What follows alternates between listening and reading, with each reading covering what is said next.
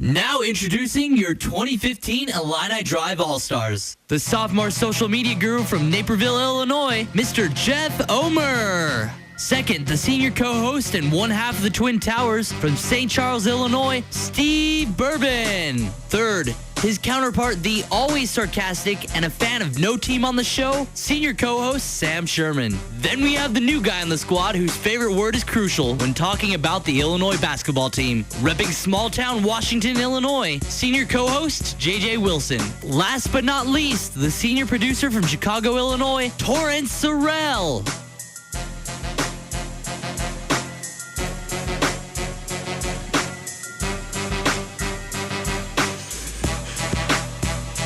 Hello and welcome to Illini Drive here on WPGU 107.1. I'm Sam Sherman on this Monday, joined alongside JJ Wilson, Torrance Sorrell, our producer, and I'm just kind of going in the order of where I'm looking at you guys. You just passed right over them. And Stephen Bourbon. I'm going with Stephen today. Is that okay with you? It's very formal, but I'll allow it. Another week without Jeff Omer. I promise he wasn't suspended. He wasn't anything like that. He's fine. He's just at the Illinois baseball game. I mean, hey, they're fun to watch. They are a fun team to watch. We can't fault him for that. I'm sure maybe he'll be here next week. I'm not really sure. I thought he was going to be here this week after last week, but who knows? So once again, this is Illini Drive on WPGU 107.1. We got a fun show today. A very special segment that we probably didn't think we were going to be able to do when we kind of started out this show. Or I mean, we didn't start Illini Drive, but when we kind of took over, and I don't think that we thought this was going to happen. But thanks to you, JJ, for kind of setting all this up.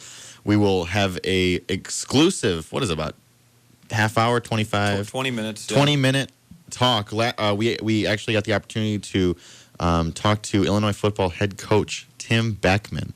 Exclusive interview too here on Illini Drive. Really good chat with him. We'll be playing that in the middle segment. That was, first of all, I mean, I guess we'll talk about it maybe after or before, but that was fun. That's a fun thing to do. It was. I mean, I think no one, if you've covered the team or if everyone has met him and had that chance to do that, he's a very energetic guy. He's a guy who certainly, I think if you get the chance to talk with him in person, regardless of results on the football field, all that kind of stuff, I think he's always staying consistent with that attitude that he has. So we will give you that chat that we had with Illinois football coach Tim Beckman at the middle segment. But Illinois football, even though we're still a little ways away from the season starting, there's been some news, and there's been and obviously this Saturday is the spring game. JJ and Stephen, it's so weird. Yeah. You guys, it's like I want to commit to it, but it's so uncomfortable. Yeah. You guys will be there, right? I will be there. Yeah. Yeah. And I think with the development, I mean, usually spring games and all this kind of stuff, it is what it is. It's just a chance for people to go out and see what's out there. But there was some pretty big news that we didn't get a chance to talk about. It happened last week, actually right after we got a chance to talk to Tim Beckman. But that news was that star running backs, wide receiver. Yeah. Have running back on the mind.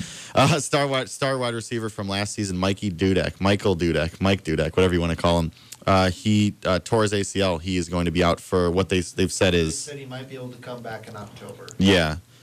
I just want to get your guys' thoughts on that. I mean, I think that's gonna be rough, but I want to know, breaking it down, JJ. What kind of situation does football have now? Well, I mean, they're going to have some difficulties with wide receiver because, as they've said many times, it's their go-to guy. Mike Dudek is that guy that they can always count on, and we're able to count on all this year. But they also have Malik Turner, who can be used a little bit more now too.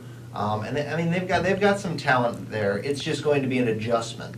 You have a player that you think is going to be like the centerpiece, the main attraction, and get taken out.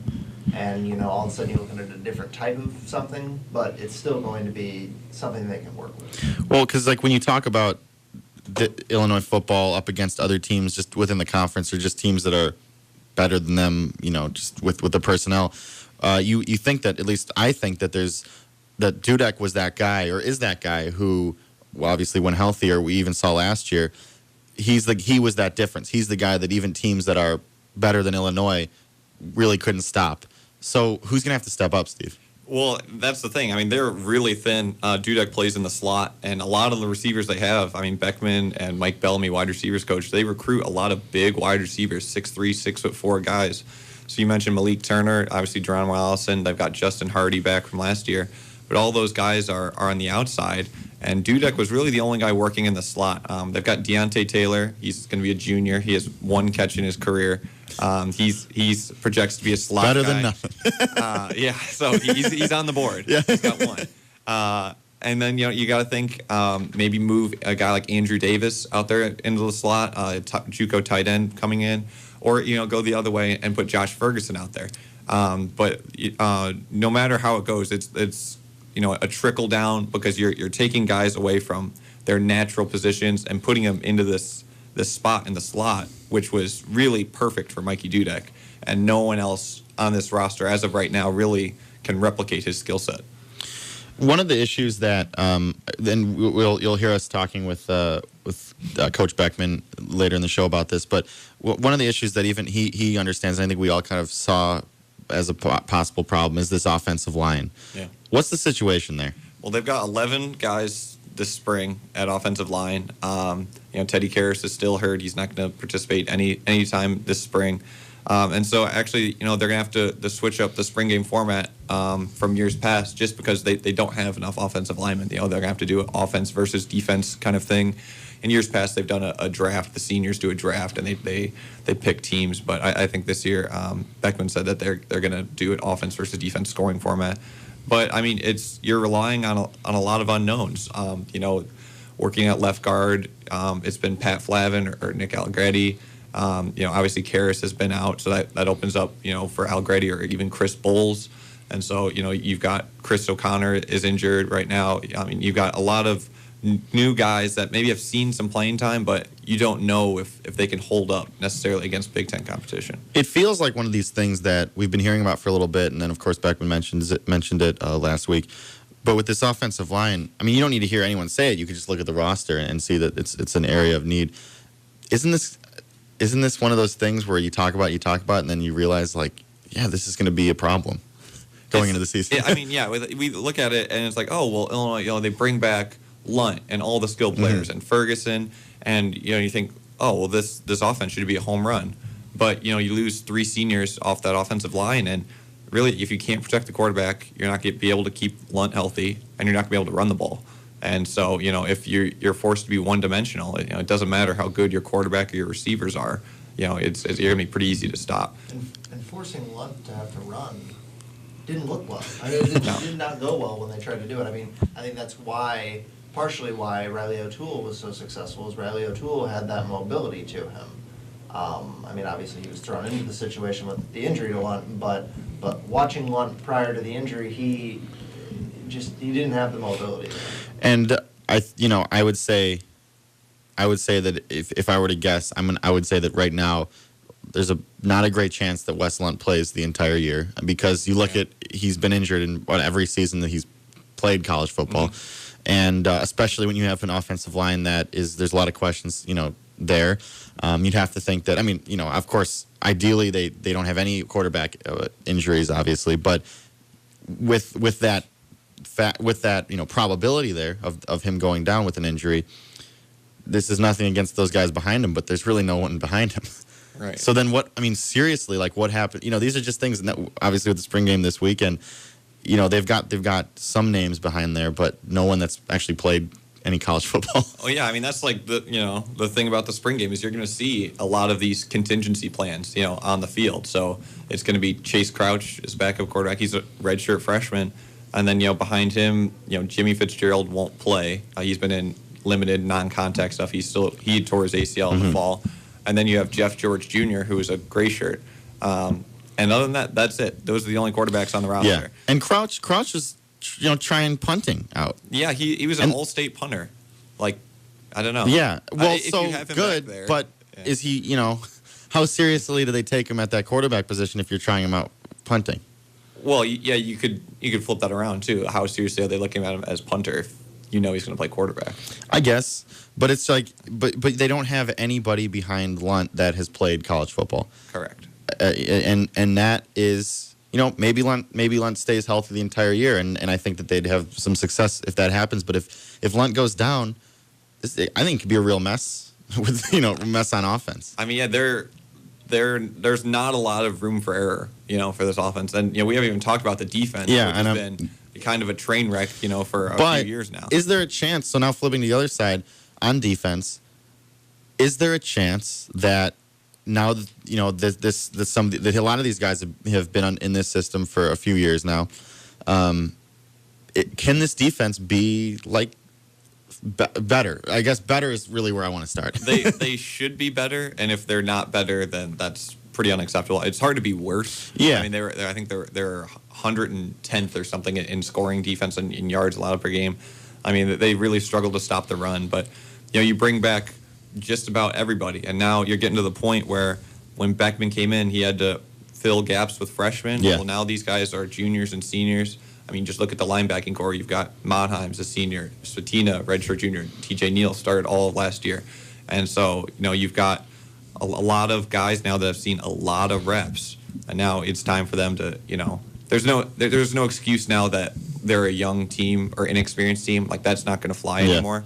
And so now it's time for these guys to start making some plays. And I think losing Ernest Thomas worries me a little bit. He was perfect for that star position. Yeah.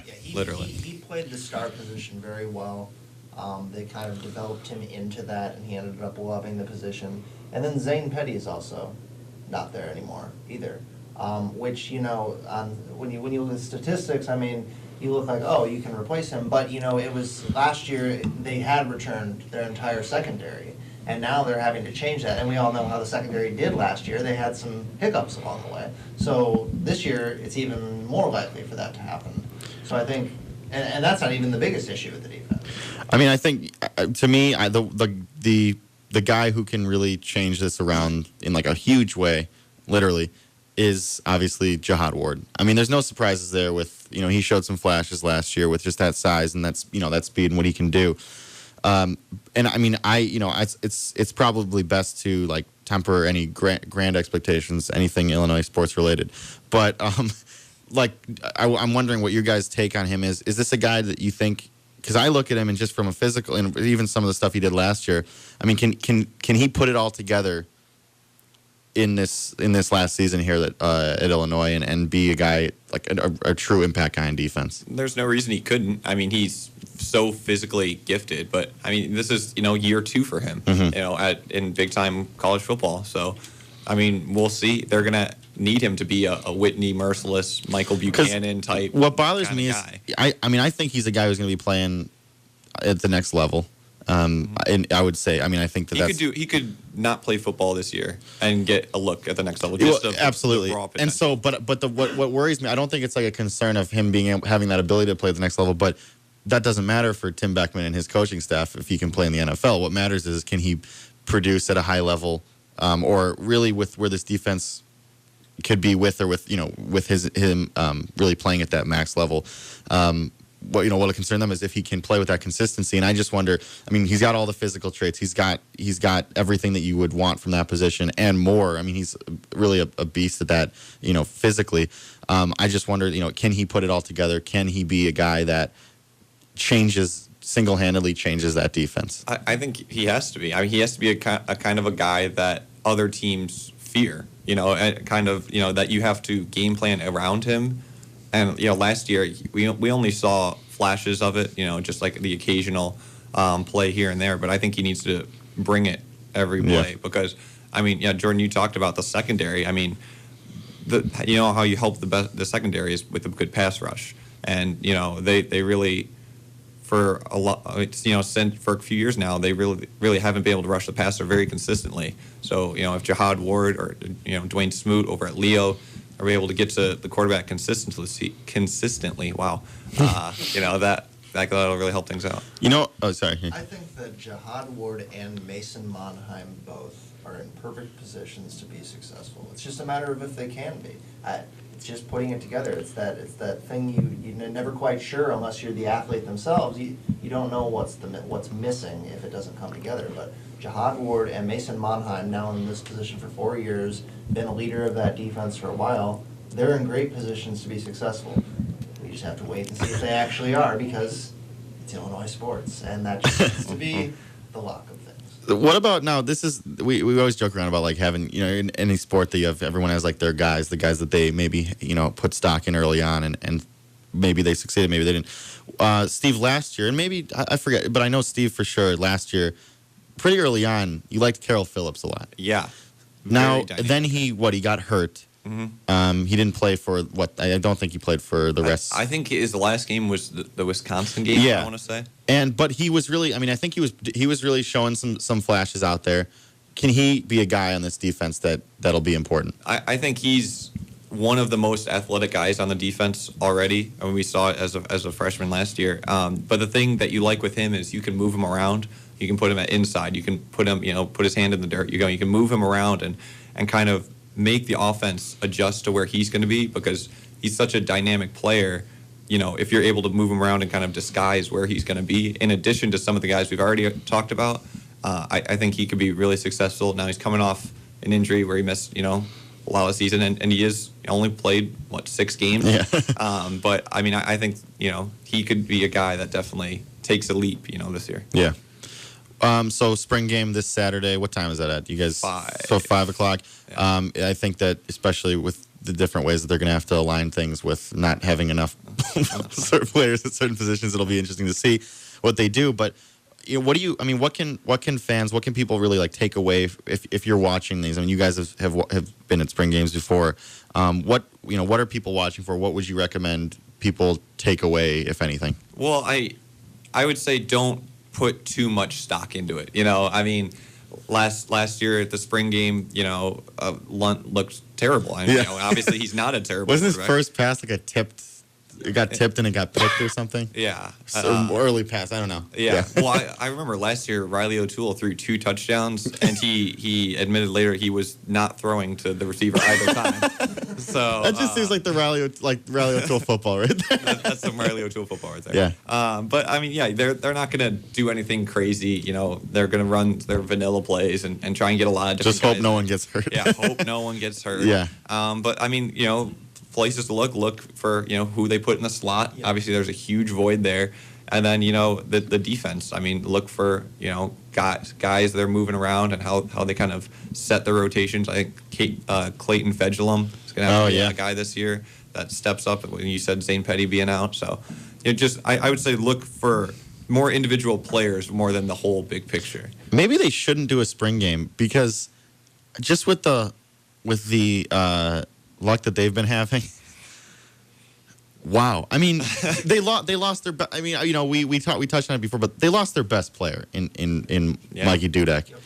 That was the guy that I really thought that could be that difference. Could be the guy that, like I said before, the better teams or the teams that are up in tiers above them could not stop. Whether that means wins, who knows? But I think that would have absolutely added that the competition, and they're playing more competitive and having that offense be big. But Malik Turner's now got the high ankle sprain. He won't play. Yeah. I mean, you're going to see a lot of guys you've never heard of out at wide receiver. It's outside of Gmo and Hardy. I mean, it's a lot of guys that haven't played before. You're going to see Tyron Stone Davis and Deontay Taylor and these guys. So we're going to see a lot of new guys out there. And I think that, like Steve said, overall, whatever you see, good, bad, indifferent, don't put a lot of stock into it. Yeah. Well, that spring game is Saturday at Memorial Stadium at 5 o'clock. Should be 6 o'clock Eastern time. 6 o'clock Eastern. For those in the East that want to see the game. Yeah, thank you. very, very important. Should have mentioned that. We are going to take a break here on Illini Drive, but when we return, we have a very special interview. Just a chat. I don't even like calling it an interview. It's a chat with Illinois head coach Tim Beckman. This is Illini Drive on WPGU 107.1. Hey, this is Matt Spiegel from 670 The Score. You're listening to Illini Drive on WPGU 107.1, Mondays at 6.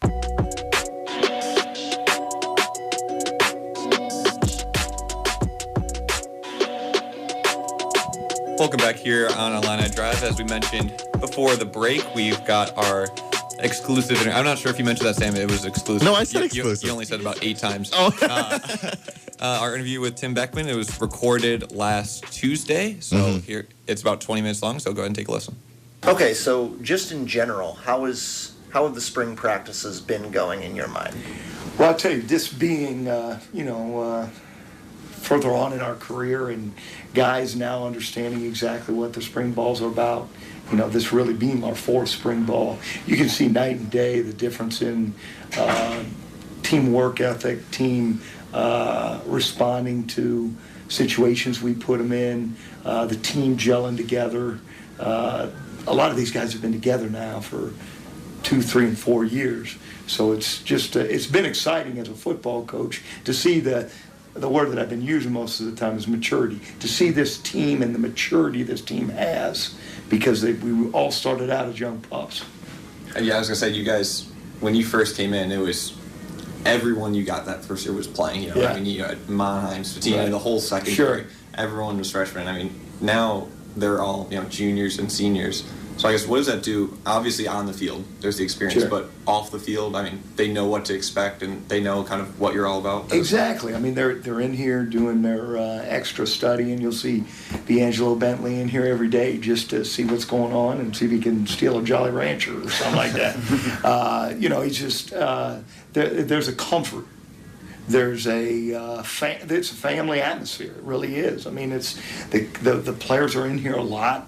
In between classes and study table, and in between the weight room and football, and they're trying to study the game to make themselves better. And I think there's that comfort level of we're all in this together, and we're all trying to create a champion atmosphere. And the way that has to be done is it had to be built. Have you seen more buy-in this year than in your more years? Of course, when you come in your first year, everybody's, well, what's he talking about being early, And I mean, there was a little bit of combat to some of the situations that we wanted to do. But I think as this program continued to move forward, some of those things that we asked our football players, they understood why we were asking them to do it. Not just on the field stuff, but off the field stuff too. And I think we as a staff too got comfortable with our players. We understood and rewarded them because they were doing what they were supposed to be doing. So, I think it's hand in hand. It's not just about them learning us.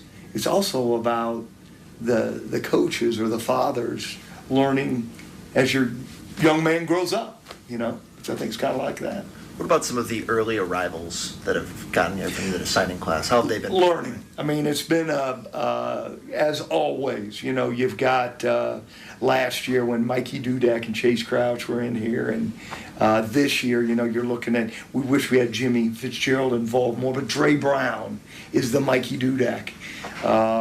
You see him getting better every practice. Now, the first two, you're like, and now you can see him progress, just as we saw Mikey do. The offensive line, the difference with those guys is they have to learn very quickly because they're going against a defensive line that's played together now for some time, and really our defensive line is playing pretty darn good, and that's what we all want. So our offensive line, the new faces, are learning and getting thrown in to the fire pretty darn quick. So they've got to learn, and they got to learn fast. I'm just looking up there. I see 2014 Fighting Illini family. Family is obviously a big part of how you coach and everything like that. So I'm curious, like when there has been some negative press or things like that around the program, does that just go back to why you guys will sometimes talk about that just because of that family aspect of what you hear? Yeah, and I've said it before downstairs in front of the press. It's about that room. It's about that team meeting room.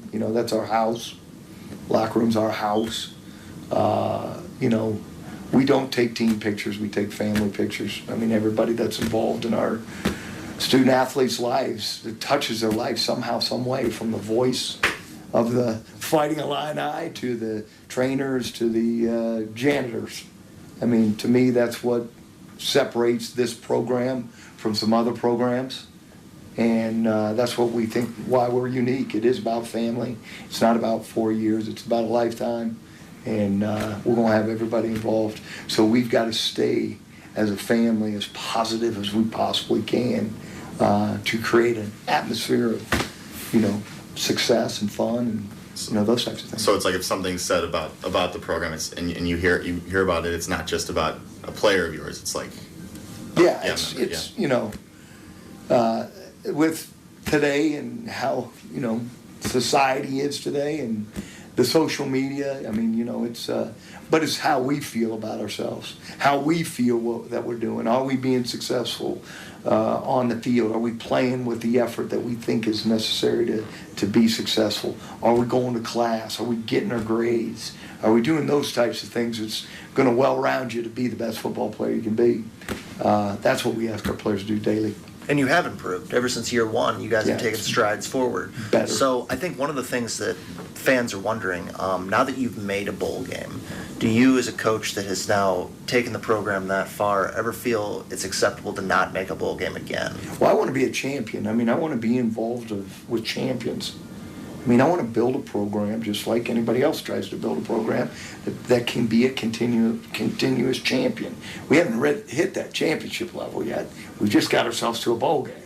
So, our objective, as we tell our family objective, is to get better than we were last year. So, we've done it academically by hitting that 3.0 mark last year for the football team last semester. Never been done before. So they continually make those strides. You read about us in newspapers about doing right things, not wrong things. Okay, we're going to do the right thing. And we're going to try to take this program. Why not build this program into a champion program? Why can't we be, like the, proverbial Alabamas and USCs? And, when you talk about football, those names are usually brought up. Why can't that be here? But it's not going to just happen. We're building it to do that. So our job is to be better than what we were the year before or the semester before. And that's what we're asking our players to do. In addition to time, then, and kind of time to build that program, what are some of the crucial pieces you think that will be needed moving forward? Well, again, I think it's just we continue to, infiltrate, would be the word, but to get the type of people we want involved in our program. It's not always about a 5-star. It's about the fit. It's about the young man that's willing to sacrifice for his brothers. We're looking for those guys, not really looking for me. It's we type guys. And, I think I think as we continue to move forward, and I think Mike Thomas and are working to do this, is how can we create an atmosphere of success from academics, which is what we're doing right now, is redoing Irwin. How can we get that area better? Because every student athlete's involved too. How can we create a better end zone facility down here? Those types of things. I think those are all very, very important, because really it hasn't happened yet. Those are the process of building a champion. I think that all goes hand in hand. That's what we did at Oklahoma State. I mean, it was about, we had nothing, and Coach Gundy's done an excellent job of producing something very good, and he's surrounded himself with things that great teams have. And I think on signing day you made a great point. Everyone gets so distracted by the numbers and the stars coming in, but Mikey Dudek was someone no one did. So looking at it, it's a little early still. Is there any player that stands out as one of those could-bes that maybe people just haven't noticed yet? Well, we've only had 2 of the freshmen in right now. I think Dre Brown's going to be a very, very good football player. Jimmy, I can't say anything. You felt last year about this time that Mikey had kind of the it. You just want to see him continually get better. I think we've got some young men that are coming in now. They haven't been here yet, but I think that we've got some young men that could definitely be the Mikey Dudeks. If you can sign those Mikey Dudeks by evaluating talent. I mean, it's about evaluating kids. It's not about listening to what somebody says about him and he's a 5 stars. You go out and recruit him. No, you watch him on film, you look at him. Is he playing the first quarter like he plays, the fourth quarter like he plays the first, regardless of what the score is?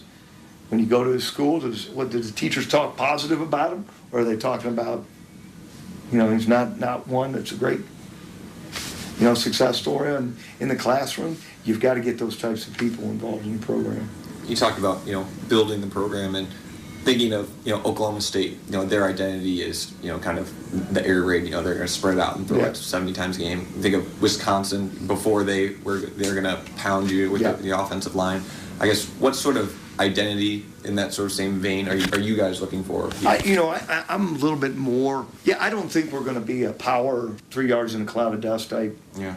Big Ten football team. I've always been more of a spread type guy. I think that put a little bit, as a defensive coordinator, put a little bit of stress on me. You got to get players that can fit that now. I think defensively we've got to be in a very, very aggressive, and we haven't been probably as aggressive as we'd like to be in the last couple of years even with play calling, just because we were so young.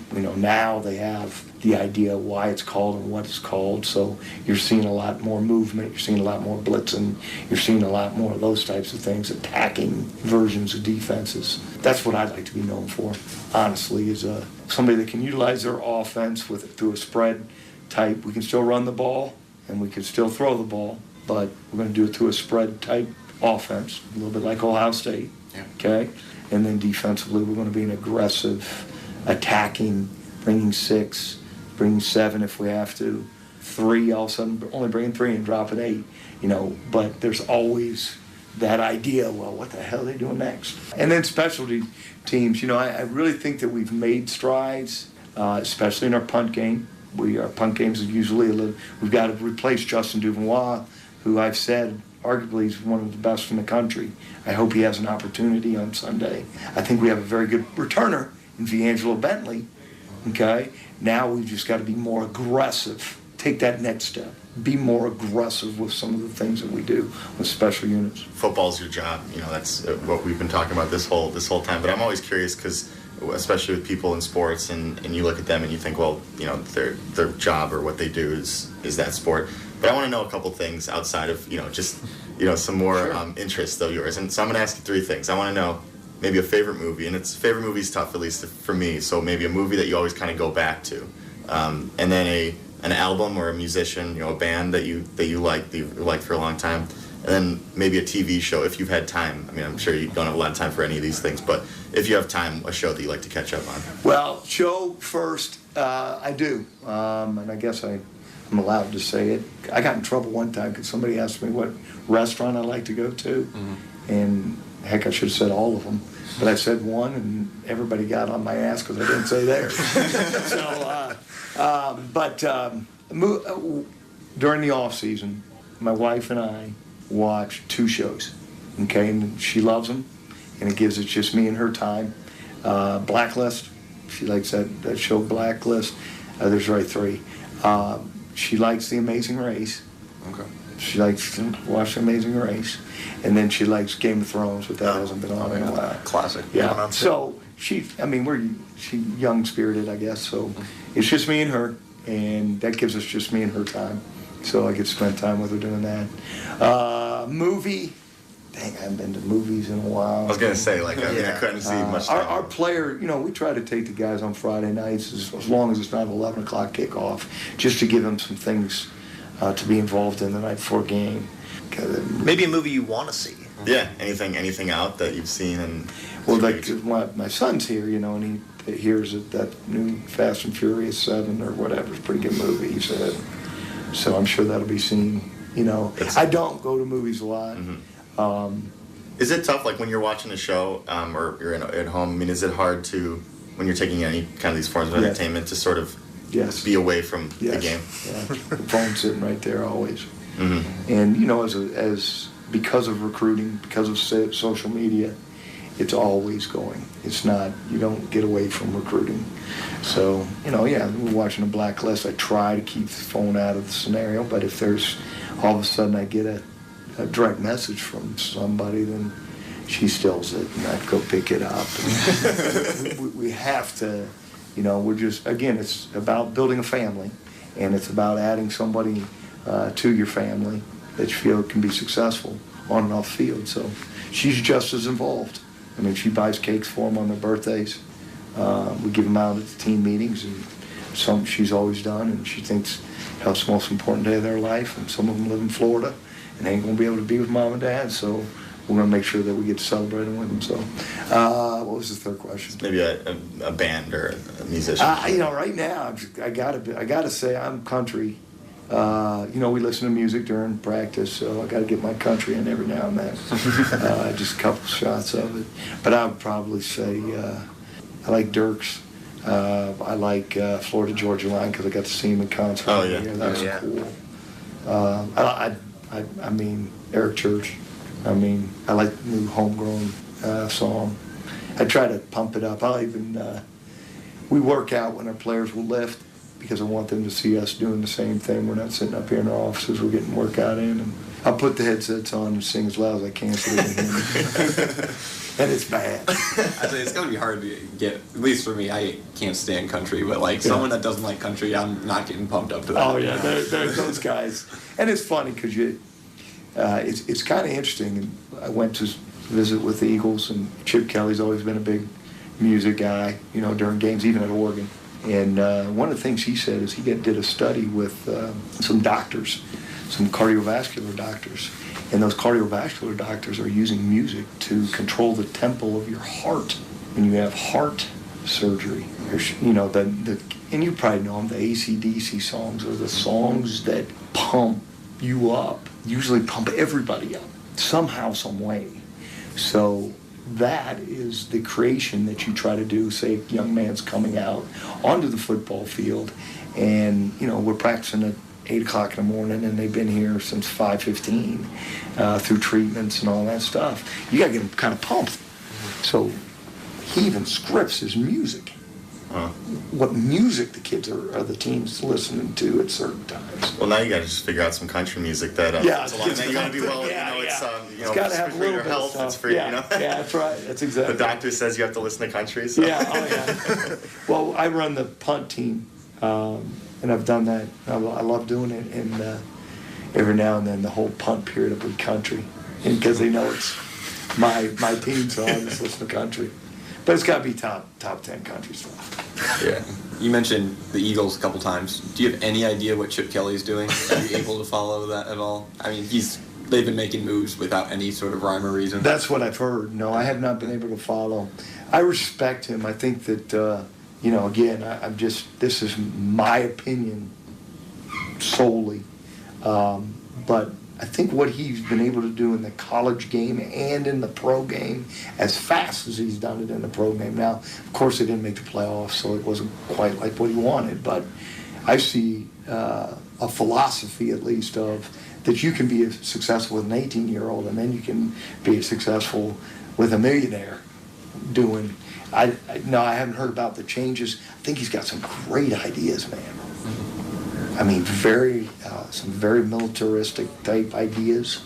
I've hired the former strength coach at Camp Lejeune, the Marine camp in North Carolina, to take some of our players through not just physical stress, but some mental stress, just like the Marines do. So I think it builds bonding, and it also, makes us a mentally tougher football team. And with Chip Kelly, just look at Oregon. Not to take anything away from Helfrich, but right. He's left, and they're still, top Dominated. 3 offense. They're putting up, 60 points a game. But, Dominated. It's what he's laid there. Right. Lingered on. Exactly right. And I do, it's probably going to be said about the same thing with some of the other coaches that have been around. I'm sure it's going to be said about Duke basketball. Yeah. From what he's done. But what did they say, 37 years? He's been coaching at Duke. I thought I heard last night. Yeah. And I saw, I think, what was it, his first 6 years there or something, they didn't make the tournament? Yeah, they weren't good. Duke wasn't even... Yeah. Yeah. If that happened, nowadays, he would get fired. Oh, yeah. Absolutely. He would not make it through years. That's the difference, and you're right. He has built a dynasty. Yeah. Is basically what he's done. It might have taken him some time, but I think, even what Coach Alvarez did with the Wisconsin program, and they've kept it up there, he had helped build that, because Wisconsin wasn't quite like that program prior to him coming there. So Unfortunately, it's probably going to be the same thing with Urban Meyer, but Yeah, Urban's done, and I coach with him. He's a close friend, does a great job. I was his assistant head coach when he got his first job. So a lot of the things we talked about, I know he's still doing, and I know I do. It's just things that we believe in. Challenge and compete, and every day in practice, compete, and out there in academics. I mean, it's a very competitive world. So that's what we do here with our football programs. It's always something type of competing going on. If you listen, have you guys read Pete Carroll's book? His new, was out 2 years ago, a year ago. If you get a chance, great book, fast read, good book. It's all about compete, and that's what is unique. So, Well, Coach, thank you for taking time. Once again, big thanks, huge thanks to Coach Beckman for letting us come into his offices and take 30 minutes of his time to talk. And obviously, really great interview. Good guy. Yeah, good guy to talk to. Good guy to talk to for sure. And like you said, thank you to him. He was more than willing to talk to us and about the spring game and other things. It was kind of fun to hear some kind of behind the scenes stuff about whether it's the movies or TV. I was surprised. I would assume he doesn't have time for any of that. I don't think he does. Right. But I'm sure obviously you got to have a little time to yourself and. Yeah, I think you hit it spot on though that. It's never off your mind, The phone's right there, and it's always working. We're going to go ahead and take a quick break here. We've got about 15 minutes left on the show. When we come back, we're going to break down the opening week of the Major League Baseball season. We'll be right back. This is Stephen Bardo. If you want all the latest and greatest in sports, check out the Illini Drive, WPGU 1071.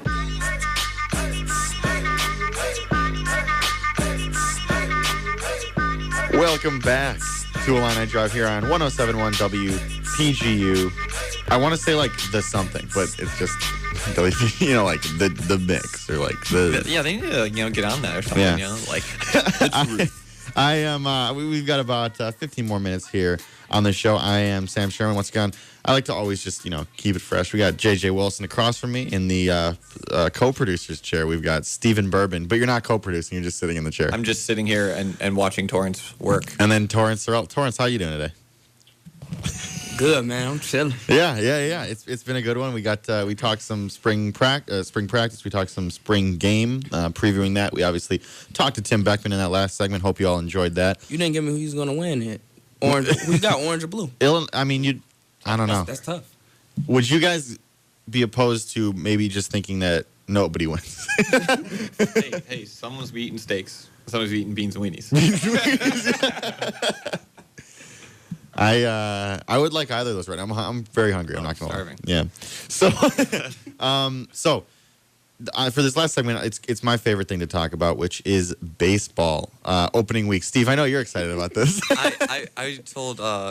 I think I told you off the show. I've watched more baseball this week. Well, because you've had every game on. Yeah. And so I've watched more baseball this week than I probably did all of last year. Well, other than the playoffs. The playoffs, yeah. So regular season baseball. So baseball week. I want to first talk about, and I'm obviously the White Sox are my favorite team. They play in the AL Central. I'm not starting it out just because I want to talk about the White Sox, because the AL Central is actually a really intriguing division this year. It looked like before the year that the Tigers were going to be a team that took a sort of a step back in some way. Losing Scherzer and stuff like that, and maybe Verlander not being in that kind of Verlander that we've all come to know over the years. But they start out the year 6-0. Well, now they're 6-1. They lost today. The Royals start out 7-0. They won today. And then going throughout the rest of the division, I think the Indians are 2-4, Sox 2-4. The Twins are like 1-5.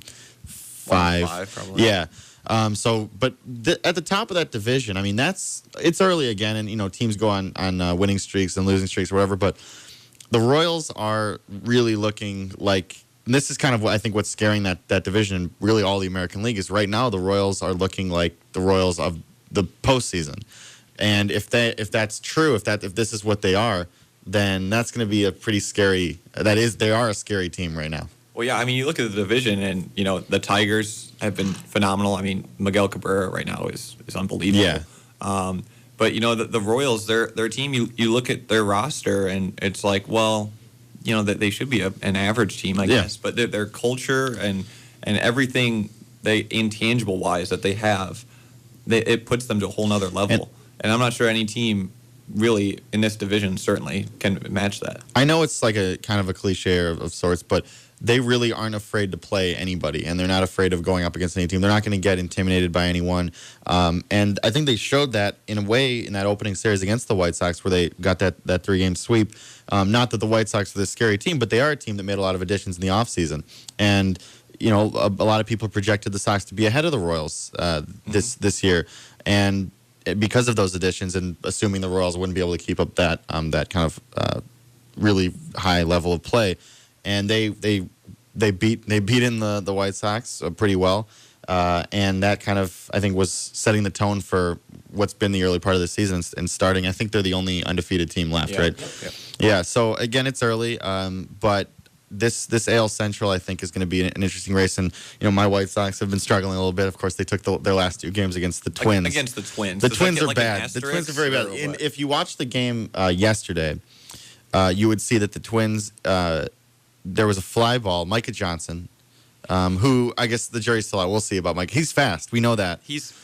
I made the comparison yesterday, which fair enough. I like making comparisons that don't make sense. And so Micah Johnson, if you see, he's been picked off or caught stealing like 4 times already in 6 games. I think he knows that he's fast. It's like that Jay Cutler knows he has a big arm. Yeah. So he's going to try and like throw it into really small windows to get intercepted. I like that. Like Micah Johnson's going to try and make every single play on the base pass. And I mean, I like his. Again, it goes back to like, you know, he's a rookie. He's looking to show what he can do. But it's like I want to almost go up to him and just be like, I don't have this access to Micah Johnson. But if I did, I would go up to him and say, Micah, we know, we get it. You're fast. You're very fast. Now don't hurt the team with your speed. Right. And he's had some mental errors on the base pass, but he hit a fly ball to. Who was it? Eduardo Nunez, who was playing out of position, and he just dropped the ball, and it led to a 3-base error. To then Micah Johnson in between there, there was Adam Eaton hit a ground ball to the third baseman, to which Johnson went on contact and was thrown out by a lot at home. Yeah, he was out by about 30 feet. And then the next play, which was a pop up that was dropped. Yeah, it was like watching a little league second team base play. or shortstop. Yeah, shortstop. They just dropped it. It was like 2 of the same things. The Twins are bad, but I guess I'm not going to make any rash judgments about the White Sox yet. It's just too early, and there's a lot of new players on the team that can gel together. But what's very apparent is the Tigers are not going anywhere, and it looks like the Royals are certainly doing just fine. Well, like you said, it's early. But one of the things that I've noticed about the Royals so far is these cramps with Ventura. He's had to leave the game early twice. Yeah. And he had another one down there. They're talking about having to change his dieting and how much hydration he's getting. I mean, they're having to monitor a professional athlete for something they normally don't have to do as much. It is interesting that that's kind of become a thing with him now. But I think that if you're that management or you're the Royals, anytime that he goes out of a game and it's not that old Tommy John thing that has to happen, then I think you take a sigh of relief. But if it's a problem, at the end of the day, if you're not pitching as long into a game as you can be, then that's a problem, and they have to figure that out. And he's such an important part of that rotation. Well, and when the second cramp happened, I mean, they went on to beat the Angels 9-2. Yeah. So I mean, it wasn't detrimental by any means, but it could be when it gets very competitive down, as the season moves on. Of course. I mean, if that's an issue you can't work out by then you're going to be in some trouble. Mm-hmm. But, from the sounds of things, they seem very confident that just a few little adjustments, a little more careful monitoring on how much hydration, they should be able to kind of work around those cramps. Because one was in the hand and one was in, his calf. Mm-hmm. So it's not like it's one particular part of the body continuing to experience these cramps. It's just a lack of hydration from what the sounds of things. Yeah. And the Royals, talking about them, I mean, again, I said this, but like their roster really talent-wise is no different than the White Sox. No, I mean, and Sam, we've many times gone love over to go over that. Yeah. Except for the bullpen, which the Royals are incredible. I mean, the best bullpen in the league. Oh, I'd say so. Yeah. I mean, that's the thing. They're just very good at winning games. Like the little things. They play small ball. They have productive outs. They move runners over. They play defense, and they've got an outstanding bullpen. Yeah. You look at the White Sox. Their bullpen is Zach Duke's been good. Robertson's been looked good. great. Outside of that, it's like Dan Jennings, Matt Albers. Matt Albers. Good Lord, he looks like a fat Gavin Floyd. But I mean, the White Sox bullpen is a question mark at best. Sure. Yeah. I mean, their defense, comes and goes, and it seems like a lot of times if they're not hitting home runs, especially in years past, they're not going to score. And so that's the main difference. And I think it's just so interesting that they play so completely different ways, and the Royals have kind of figured out how to maximize their talent level. And then, of course, the Tigers are just hitting everything in sight. Well, I mean, and I guess I wasn't expecting a big step back for that team, for the Tigers, because when you have Miguel Cabrera on your team, when you've got, Victor Martinez, J.D. Martinez, who came on the scene last year after, kind of being nothing special, but then, of course, the Tigers pick him up, and he's been outstanding. I think Anthony Gose at the top of their lineup. He was an offseason acquisition. They've got Kinsler, great. Right? Kinsler, yeah. So that's a team that's been producing a lot of runs. I still really don't think that they have any kind of bullpen, and I think that will come back to hurt them. They've got the washed up AL Central reliever, right? Joaquim Soria and JoJo Nathan. Yeah, JoJo Nathan. And I think Nathan's hurt too. So their bullpen will hurt them, and hurt them last year. It's hurt them every year that they haven't had their guy a good bullpen, and that's just how baseball is. Go over to the National League. How about these Cubbies? I hate to say it, they're 3-2. They're a game over 500. And now the only reason I don't think that I've said this many times before. I don't think that the Cubs are going to be any great team this year, but if they're right so far, they're giving way more to watch than any teams of the past have given, or at least recent past, and so that's going to be something interesting to track. I mean, Dexter Fowler at the top, he was a guy that they got in the offseason. He's been great. He's been very good. He hit a go-ahead home run last night against the Rockies, and so and I think that this is the first time in I want to say 5-6 years that they have been even this far into the season over 500. And still, the countdown clock to Chris Bryant and some of the other prospects. Yeah. I mean, if they, I think they're interesting to watch because you're going to watch this team grow together. It's kind of, these guys are all in the same boat. They're all developing, and I think if you hold on to some of these pieces, you have continuity. I think you can really build something special. Talent aside, just having the same core group. The Royals. Kind of in that same mold. You have the same group of guys together. You have a great manager, and guys build together. That's kind of the vision, I guess, for them. I can't call Ned Yost a great manager. I just can't. Made it to the World Series last year. I can't call him a great manager. It works. It's easy to look like a good manager when you have the best bullpen in the league, but. No, I think he's certainly creative. I mean, he loves those bunts, but to his credit, like you said, it works. Well, yeah, it worked last year. Yeah, and so far it's working this year because they are the last undefeated team in baseball. Maybe they'll go the elusive 162. No. Who knows? They won't. and also the Cubs are going to be below 500 before you know it, and the White Sox will be at the top of the AL Central. Okay. And here we go. I'm just going to get up on the soap. He's talking crazy again. That's all this week for Illini Drive. A very big thank you again to Illinois head coach, football coach, a lot of things thrown in there, Tim Beckman, for taking the time last week to chat with us. You heard that on the show. We talked a little spring football, and of course closed it out with some baseball. Thanks again, J.J. Wilson, Stephen Bourbon, Torrance Sorrell, Jeff Omer, who's not actually here right now. No, sorry. The spirit of Jeff Omer. Yes, the spirit of Jeff Omer. He's not dead. He's not dead. He's not dead. He's just not here. He's not here. He might be back next week. We'll see. His return, questionable. Questionable. That'll do it this week for Illini Drive. Hope everybody has a great rest of the week. The weather outside has been wonderful. And enjoy. See you next week.